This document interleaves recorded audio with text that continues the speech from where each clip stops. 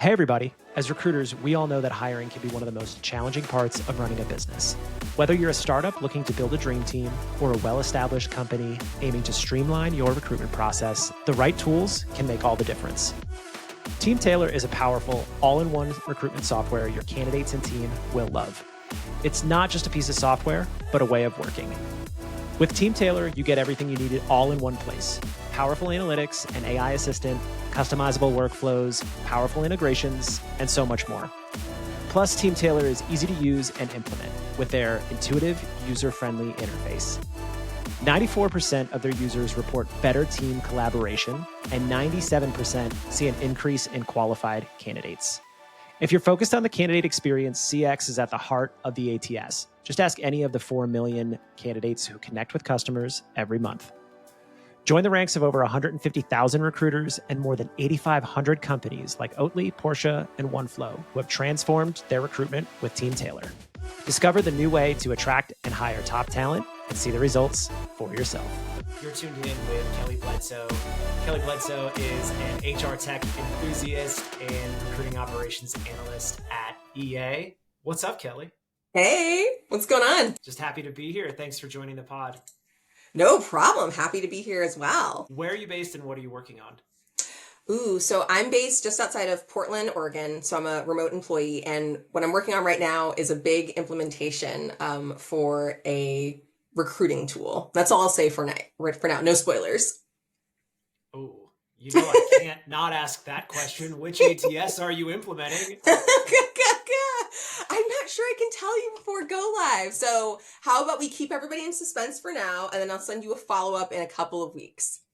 Literally a couple of weeks. Fair enough. Oh man, I want to guess this one. So EA, I'll give you a hint because there's only so many, but it is both an applicant tracking system and a CRM, so a unified tool. Lovely, lovely. Where did your enthusiasm for HR tech and digital transformation come from?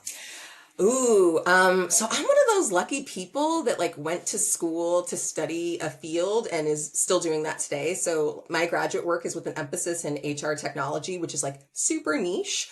And I've just had the good fortune of working for companies who I've either had an HR role with a technology emphasis, or I've been the HR analyst for systems or the system administrator, things like that. Awesome. Let's dive in. What the heck is RecOps? I think RecOps has a different definition depending on who you're talking to. But for me, it is the intersection of process, data, and technology as it relates to recruiting. Process, data, and technology. I love that. So technology first, you're going through an ATS implementation, it sounds. So it starts with the tech itself. I actually disagree. I think it starts with the process first. So I had a really smart manager a few years ago talk to me about how you can have a technology with bad process just gets you an expensive technology. An expensive bad technology with expensive bad process. And so I really think you have to build the process underneath first before you layer on the tech. Awesome. Yeah. That's actually very sound. I was working backwards from the convo since you mentioned the tech, and I'm captivated. I gotta know what ATS EA is implementing. Let's talk process. So when I think about recruiting processes, there's a lot of talk right now about skills-based hiring. A lot of talk about talent intelligence. Mm-hmm. But if you're going 0 to 1 on recruiting processes, what do you think needs to be paramount focus today? Ooh, great question. The recruiting process end to end is really just the process of attracting people and then hiring them. And so it's actually a bunch of little processes in between.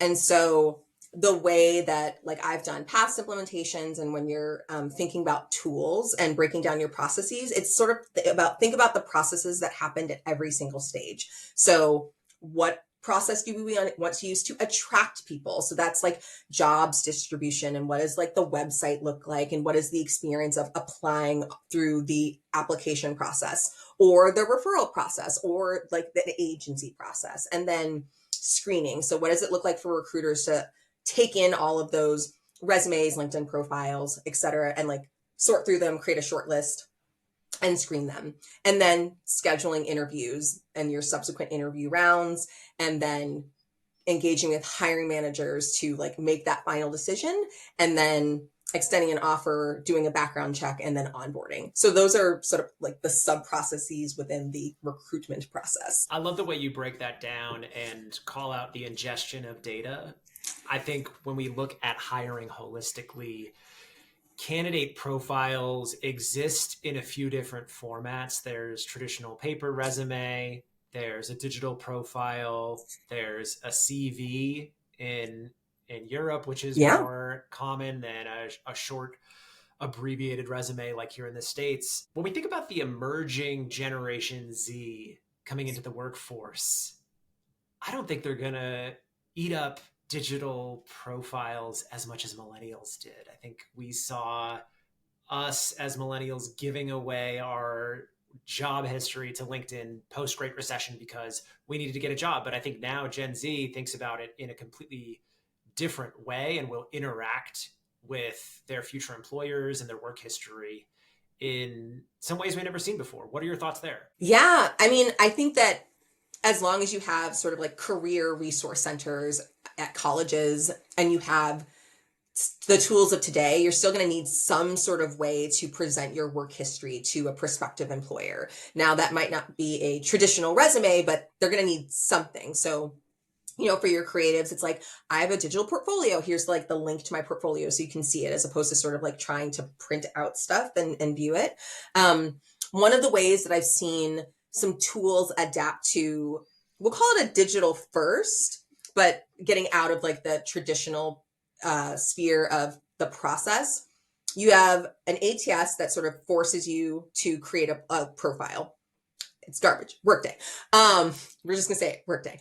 You have ATSs that don't force you to create a login when you're applying. And then they'll just send you like the dedicated link. So I'm thinking about like a greenhouse, but that's still, they're sending a dedicated link to your email address. And then you have tools. I was demoing, I think it's like the recruiting cloud from Oracle. You just need a phone number. And the idea is that they'll send you sort of like the direct link, like Greenhouse, but they'll just send it to your phone. The assumption is your phone is your primary method of communication. Why do we need your email? Your phone number is going to be unique too. I was like, wow, that is amazing. And I, as a millennial, couldn't think about like doing all of my job stuff on my phone. That is really scary to me. I'm like, no, I still need to go to a computer and like input my resume or link my LinkedIn profile. But I think the Gen Zers and, you know, eventually coming up, those Gen Alphas are going to be like, I can do everything on my phone, everything on my phone. 100%. There's a fascinating future of work that's happening, future of work scenario that's happening in real time right now. So Ashby, the ATS, talked about they are going to be enriching the resumes of existing candidates within their database. So that raises a fascinating question on like, who owns this data?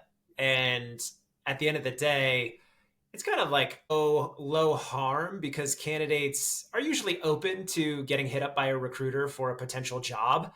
But if, say, you apply to a job in September of 2024, and then 2 years later, Ashby enriches your profile and has information for a recruiter, like, A, is it at that company or does it live within the database? What if Ashby decides to be a full-on sourcing product? How do they sell that customer data? I think it just gets murky. And eventually, from a software perspective, what technology tells us is this is just going to be a checkbox, a terms and conditions thing that we all freely sign. That's right. Did you read those terms and conditions? No, but like we have to offer it. And something that you said earlier in the conversation when we talked about resumes versus CVs and CVs being very popular in Europe, unlike the United States where we don't have like really robust, solid data protection regulations for customers or candidates and employees. Europe does. Like they have GDPR and UK GDPR and all of the data protection regulations. And so like the enriching profiles question is going to be a consideration for like international companies. Like, do you have to treat those candidates in the US different than Europe? And the answer is absolutely yes, to keep up with regulations. because someone's going to have to opt in to say, sure, I want you to enrich my profile without me knowing. I'll have to say yes to that, as opposed to someone just doing it. Hot take there is it just sounds annoying.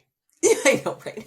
And I think that could be the perspective of a lot of American companies or US-based recruiters, where we don't have that consumer candidate adoption of how we interact online and what we want our data and privacy to look like from a societal standpoint. And that raises a point for me where we can talk about, process and tools in recruiting all day, but the companies and teams that get it right are going to position the candidate in that conversation as well. If recruiting is an art and a science, and there's so much science around data and tooling and accessing profiles, we're not focusing enough on where the candidate is positioned. We're just assuming that because we have a job that they will be interested in a path to financial security. Yeah, I had a former talent attraction leader talk about this exact sort of friction between, like, it's annoying to have to like get people's consent for stuff, and at the end of the day he's like,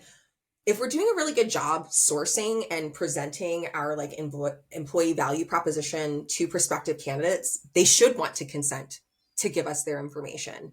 And if we're not doing that, then no, we shouldn't have it at the end of the day. And then that sort of like eliminates that friction, because it's like, that the people that are in your database are actively engaged with your brand and want to be contacted by you. And yes, that's going to make the pool a little bit smaller. But that's already like, they're not quite a cold, we'll call it cold lead. If, recruiting and sales are two sides of the same coin, it's not quite a cold lead anymore. We talked a little bit about process. We talked a little bit about technology. What was the third piece you wanted to talk about? Data. All right. We talked a little bit about data. Okay. Thank you. Is this like the PDP framework? Is that what you want to call it? The PD. I never gave it like an acronym. So if you want it to be the PDP, sure. All right. Yeah. You can own that. Yeah. Kelli Bledsoe at the PDP framework. No, let's dive into the data piece. When we think about assessing the data that's on a resume from a RecOps perspective, there is a lot of emerging technology right now, particularly around LLMs being deployed at different stages of the candidate funnel. There's a lot of applications from a sourcing perspective. Given your expertise, let's focus on top of funnel, not quite the highest part of the funnel, but where candidates come through and it's that initial screen. Mm-hmm. I think when I talk to other recruiters, a lot of us have been bombarded with this messaging of doing more with less. Our peers have been laid off. Maybe we've gone through a RIF. We've absorbed larger workflows. What that means in recruiting is like, in this market, there's just a lot more applications to process. My perspective is if an AI is being deployed to allow me to have a wider breadth of analysis of candidates, that's a good thing if I'm working in conjunction with an AI that may even be able to conduct interview screens at the top of funnel. What are your thoughts? Wow. Like conduct a whole interview screen. I think, well, first of all, I really appreciate you talking about how recruiting teams are expected to do more with less. And in that regard, it really means less people.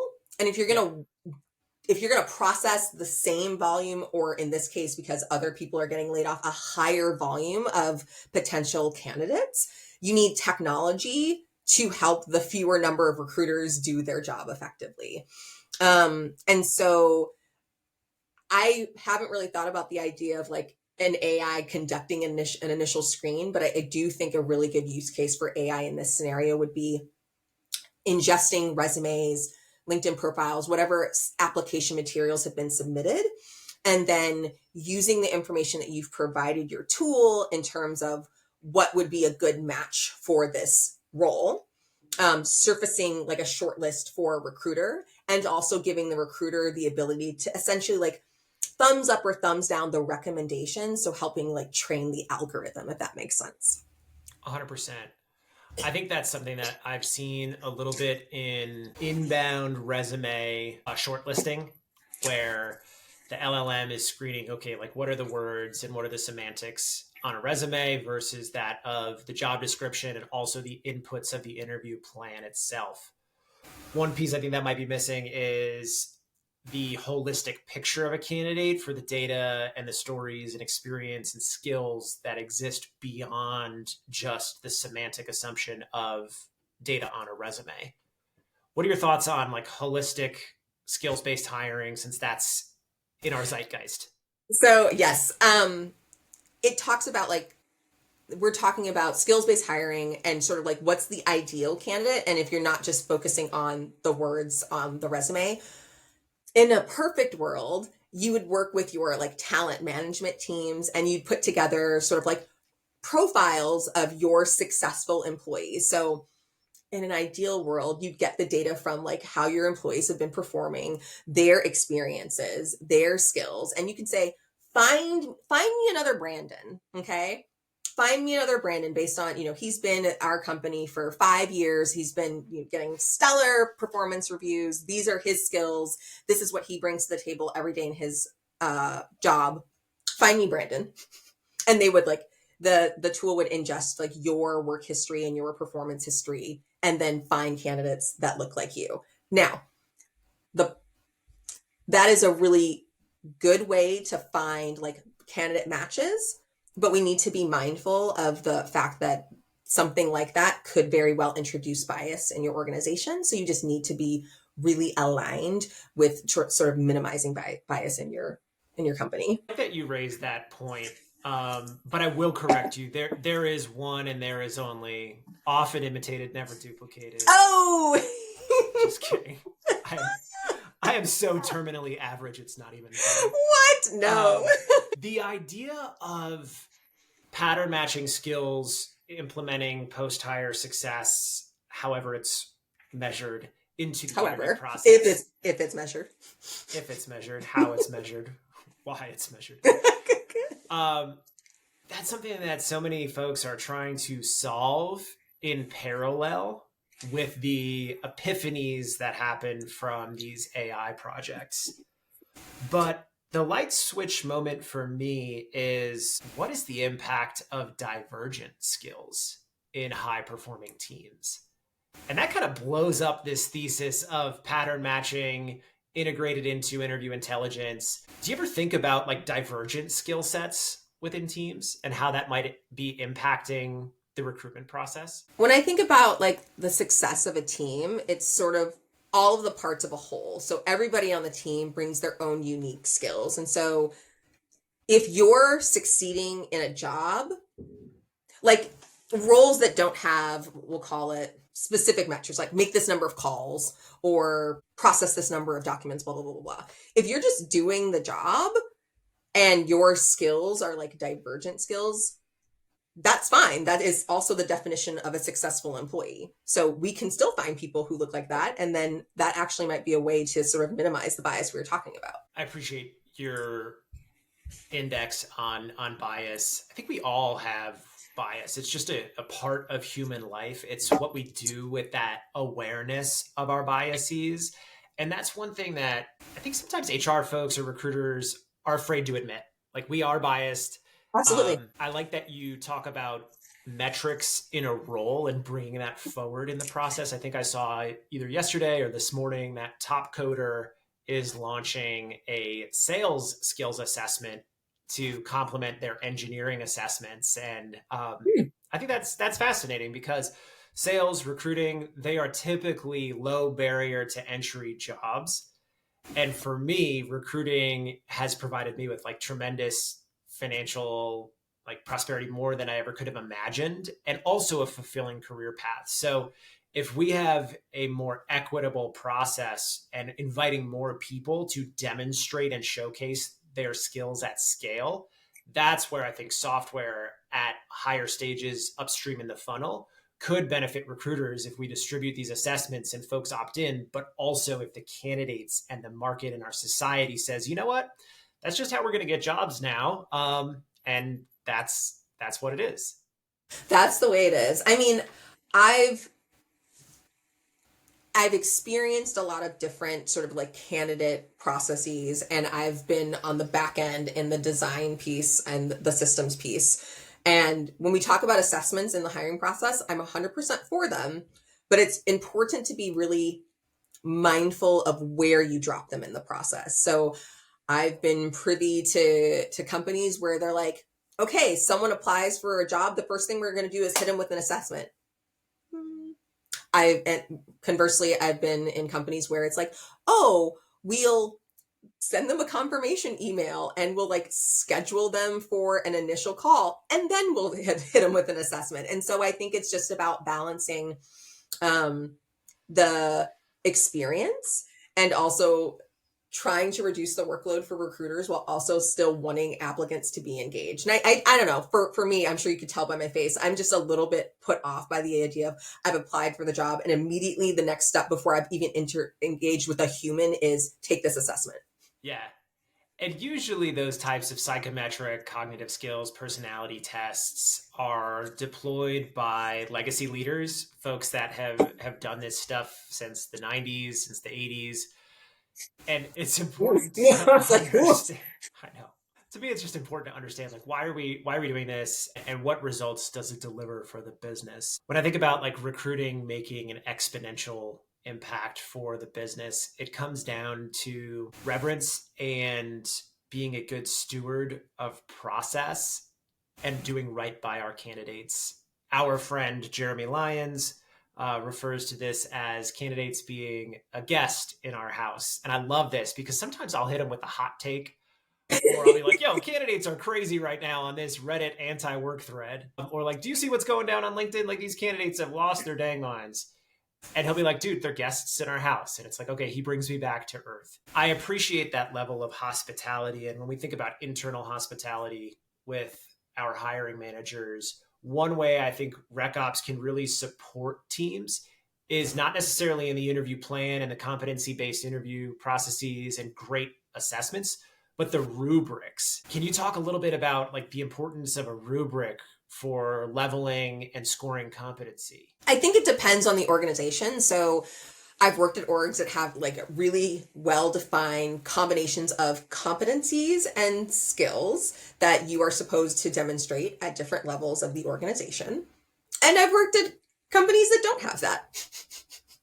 And I'll tell you that it's a lot easier to automate and scale your process when you have rubrics and you have detailed like guides and templates to use than not. So I am a big favor. I am largely in favor of anything that you can do to make your process more scalable and easy to repeat. 100%. My first ChatGPT project close to 2 years ago was around rubrics. Do you remember your first ChatGPT project? No, I don't. No, I mean, I'm a very casual user of ChatGPT. Oops, sorry, that might be a hot take. Hey. And my dog agrees. But yeah, so can you tell me more about this first project? It was basically just evaluating the traditional like Excel based rubric for different levels of a role that I was launching with the hiring manager, making sure that the competencies were mapped correctly. And it really just helped from a structure and communication perspective in communicating to the hiring manager, like refining the communication and just the way it was written in an Excel grid. Got it. Cool. And I think I've been passed along those from different like hiring managers over the years who some, like you said, are prepared and some aren't. Some hiring managers have their own competency grids within the team that they've used for performance management. A little piece of you died inside with that hard truth. Some of them just have their own. Yes, they do. It's really tough to get people. At the end of the day, like every team, department, location, organization, like they have their own unique quirks to their parts of the process, but overall the process should be mostly the same, accounting for those that uniqueness and those differences, but mostly the same because we're trying to create a uniform-ish experience for candidates. So no matter where in the company the candidate is engaging with us, they're getting the same message, they're getting the same experience. We are providing the same hospitality to all candidates. There should absolutely be operational parity between senior manager in finance versus senior manager in marketing. From a soft skills perspective, I think that's absolutely critical as organizations scale. You've worked at some of like the most well-known companies in the world. What has been a challenge with scaling RecOps across large companies with massive business groups? So I would say one of the big challenges that I've run into in my work experience is actually like a failing of the technology. So right now we bring us back to the beginning of our conversation where we've talked about doing more with less. If you're going to do it more with less, you need to provide people the technology and the tools to do their job successfully. And I worked at an employer that had great process. Everything was pretty much uniform, lots of rubrics, lots of templates. But the technology that was being deployed in the recruitment process was not integrated. So there was a lot of duplication and manual work required of recruiting operations, specifically in like the scheduling piece. And so if your tools aren't integrated, what use are you getting out of them? And when I say like the scheduling piece, it's like, okay, so we sent a candidate a request for their interview availability, but our ATS isn't integrated with Outlook or Gmail. So when we have our coordinators looking to schedule that availability, they have to open up Outlook and look at everybody's individual calendar, and then they have to open up the ATS and then see the times and then send it to the candidate, and then oh no, we have to reschedule, and then just like repeat that process all over again. So that was like a specific failing that I can think about, as opposed to having an ATS just integrated with your scheduling tool, Yes. or even like an AI enabled scheduling tool like your Paradoxes, for example. Yep. I remember talking with sales rep at an ATS about this a couple years back, the differences between like a .ics calendar invite versus an API call that just puts an invite on a candidate's calendar. And you'd be surprised that like a lot of candidates get invites from ATSs that go to spam. And scheduling is one of the fundamentals of recruiting that still isn't perfect. And in 2025, as we approach the year, it's like, how is this not solved universally? And there are some like recruiters out there that like don't even know that's how interviews are scheduled from a technology perspective. So I think we need to like up our game collectively. This is like the call to action moment for recruiting folks and RecOps folks. It's like, know what Kool-Aid is being made for us that companies are trying to sell us, and understand how it impacts the metrics. Because if we're then talking about the conversion rate of first round interviews and interview attendance and number of interview reschedules, that has an ROI to the business and a cost to the business. I'm just thinking about my own candidate experience and interviewing with, we're not going to name and shame people, but interviewing with one of the most renowned and respected like technology companies in the world. And their scheduling process was literally, please fill out this Google form with your availability. And then you, candidate, I will send you the time and date of your interview. Need to create your own calendar invite. What? Like, I was really interested in the company, but I could easily see someone who was like, forgot to put it on their calendar. And what you talked about, creating the invite for them is the best thing. Sending them an invite that then they have to add to their calendar is okay, but sending them the date and time in the text of an email that they then have to create their own invite is the actual worst process. I don't know if you intentionally just said this, but you just said intervite. And if that's actually your intention, I love that term. You heard it here first. Kelli Bledsoe, the intervite. Hot dang, that's better than the PDP framework. And we're only 40 minutes in. What else you got up your sleeve? Did not. So sorry. Well, I did not mean to embarrass you by any means. No, it's fine. We're creating new language. It's fine. It's going on the internet, the intervite. Yes. I freaking love that. No, great call out on process. Sometimes we put these companies on a pedestal, and this is actually something that HR tech companies need to do better than the rest of the companies out there. Because if you are especially in the business of recruiting technology, but your process is like not good and your methodology that you talk about in product marketing messaging on your website about how you hire from a process perspective doesn't match with the candidate experience, I think folks really pick up on that. And not to name and shame, but Gen Z loves a good dunk. And I think there's going to be some companies getting dragged worse than we've seen as we move forward, as more venture capital dollars invest in recruiting technology. Yeah. To your point, Gen Z loves a good dunk. Yeah. So when we think about the future of work and future of technology, what are some areas that you're excited about and motivated by as a practitioner in our field? I mean, I think what we talked about earlier, just seeing a wider adoption of tools that will help surface like candidate recommendations for a shortlist, helping recruiters do their job more effectively as their volumes continue to get higher and higher. So that's the first thing I'm really excited about. Like you said, with interview scheduling, this just feels like table stakes at this point for your interview scheduling process to just be unified and as frictionless as possible for all relevant stakeholders. So your coordinators, your recruiters, your hiring managers, as well as your candidates.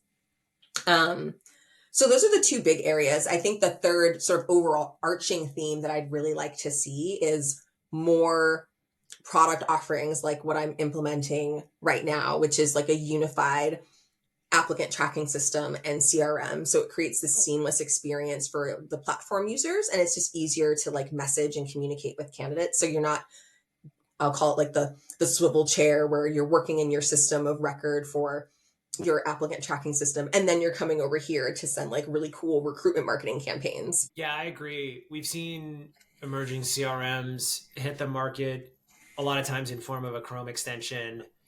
But if you've worked in operations or you've worked with sales and marketing, like it's not on the level of ICs in sales.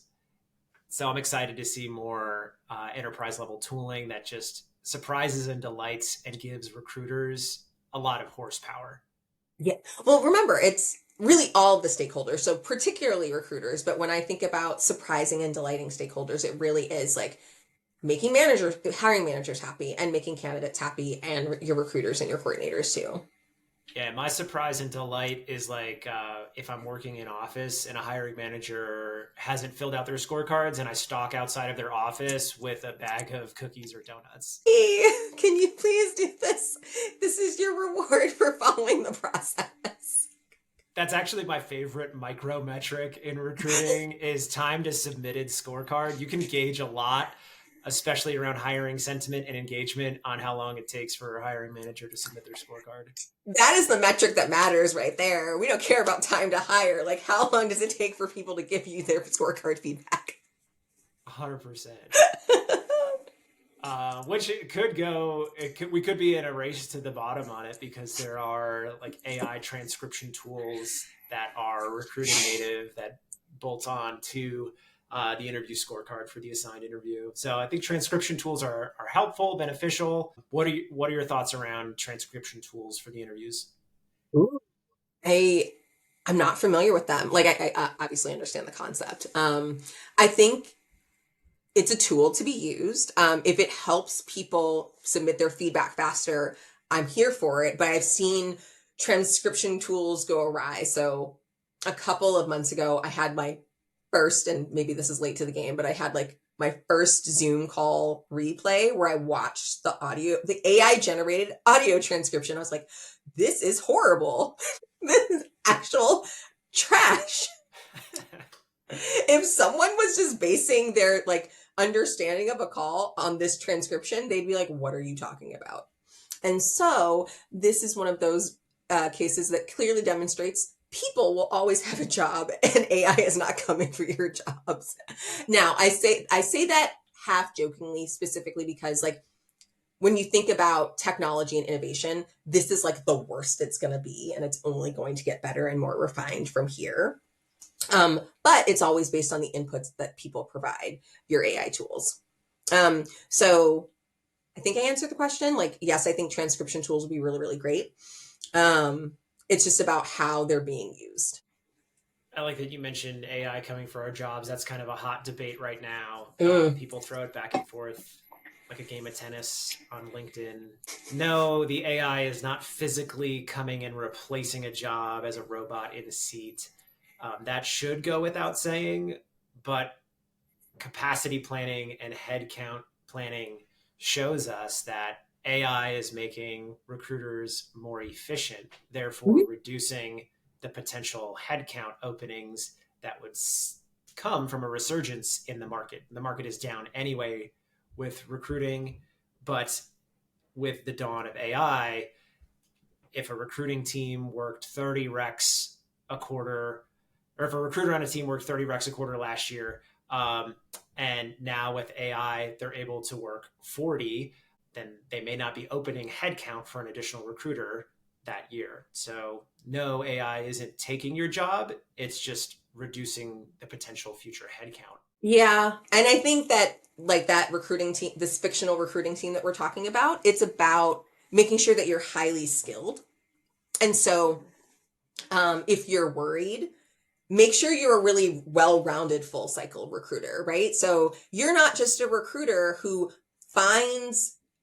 sorts through applications that come into your rec. You can also source. You could also jump in and do like comms to candidates. Like there are other things that you can do to make yourself more well-rounded. I thought about what you were saying in terms of replacing jobs. I think about the coordination piece that we were talking about with scheduling, right? So you've got automated scheduling tools that will help people self-schedule. But at the end of the day, you're still going to need more of a, we'll call it like a white glove experience for exec hiring or really tricky recs. If you're a company that still does like in-office interviews, some places still do that. It's not just Zoom all the time. What is AI going to do when a candidate arrives at your building? Of course, you need people to like greet them and give them a tour and show them around and like give them that love and hospitality of your brand in person. And so I think it's just about sort of shifting work and let AI do the jobs that like the jobs that you don't want to do. I think Chipotle has an avocado cutter like robot, and it's like, you human don't want to do that job anyway. So let the robot do it. Yeah, that's true. It's Weibo Labs. I think you say it Weibo. They built the avocado. The irony is like making guacamole is like literally my happy place. Like peeling the avocados, there's satisfaction that comes from the scoop when you get the entire avocado out. So yeah, I think there's always going to be a job for somebody. No, I hate peeling an avocado. You're like, that is my happy place. All right, to each their own. I appreciate you talking about being well-rounded as a recruiter. I think a well-rounded recruiter can communicate the business impact. You have an MBA from SUNY Albany. Did you live in Albany when you got that MBA? I did. Right on. I'm from Albany. No way. Like Albany proper or like Troy or like Schenectady? Yeah, or... so born in Troy and then moved out west of Albany to a little town called Altamont. We're a small village, like no stoplight, one gas station, 1,000 people. But yeah, Albany is my stomping grounds. Okay, very, very cool. Yes, those cold winters. Yeah, winter is like 6 months a year over. Yes. So that grad degree from SUNY Albany, again, one of the very few programs in the entire country that has like that emphasis in HR technology. It's amazing. How do you think that can enable your impact, or if another recruiter out there is looking to emulate your success, the investment in something like that? I mean, candidly, with the state of the cost of education right now, I'm not sure I'd say, yep, go get that grad degree, because it's just very expensive. And you're seeing with inflation, and I don't want to say that wages aren't going up, but I think that the hiring bonanza that we experienced during the pandemic, before the bad times being like the mass layoffs, you're just not seeing those like salary gains from switching jobs anymore. At least not in those big bumps, right? So if someone is looking to emulate the success, first of all, I'm not going to be like, often imitated, never duplicated, but I have a very natural curiosity as it relates to technology and getting my job done. And so just being a really naturally curious person. The second thing is, you mentioned headcounts aren't growing anymore. So companies are trying to let people do more things. I'm sure internal mobility programs are on fire right now. They're like, whoa, we still have jobs to get done, but we don't want to hire people. Can we give people some stretch assignments? Can we give them secondments? Can we give them extra projects to do? So take those opportunities to learn new skills. So if you've got, if there's work to be done on your HR technology tool or your recruiting tool, learn that, do that. Learn how it works. Even that's not your primary job. Really dig in and invest in yourself and make yourself a more well-rounded employee and like potentially future employee. That's such great advice. Kelli, thank you so much for joining. This has been a blast. How can people stay in touch with you? Oh my gosh. I mean, just follow me on LinkedIn. I'm just Kelli Bledsoe, so easy to find. Not just Kelli Bledsoe. Thank you for joining. Thanks, Brandon.